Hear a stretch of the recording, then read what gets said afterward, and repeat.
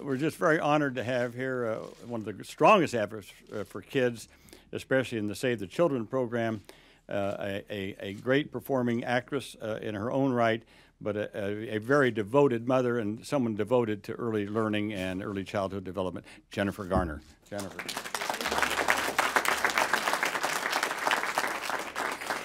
Speaking about this in front of Marian Wright Edelman is like doing a Shakespeare monologue in front of Meryl Streep, but I'll do my best, ma'am.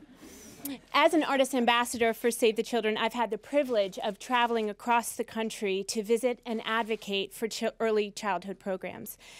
I have been to some of the most impoverished, isolated communities in America where education is, without a doubt, the ticket out of poverty.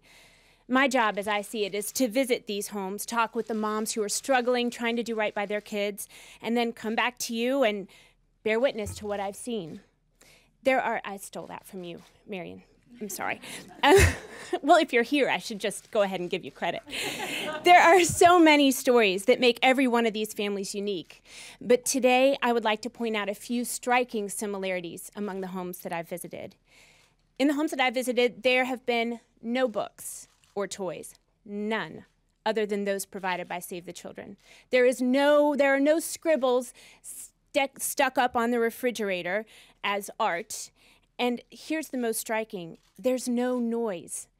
The homes I have visited have been silent. No babies babbling, no children laughing or throwing tantrums or talking at all. No easy patter between mother and child. No matter how impoverished the landscape is that I visit, the silence startles me most.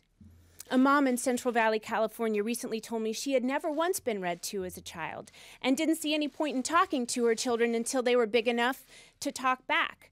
Her 11-month-old son did not make one sound during my hour-and-a-half-long visit. A mom in West Virginia told me this summer that she wouldn't know to talk, play, sing to, read to, or do tummy time with her baby without having been taught. She thought she was supposed to put her babies on their back in front of the TV because that's where they were the calmest. Her 3-year-old had fewer words than my adorable, but as far as I can tell, pretty normal 20-month-old son. But this little girl was working hard to catch up.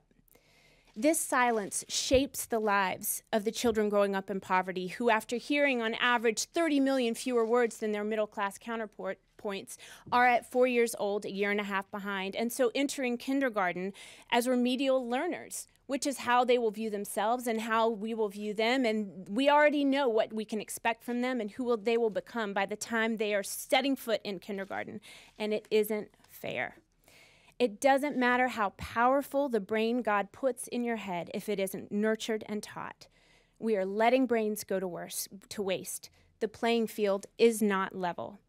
We have an historic opportunity to right a tremendous wrong in our society.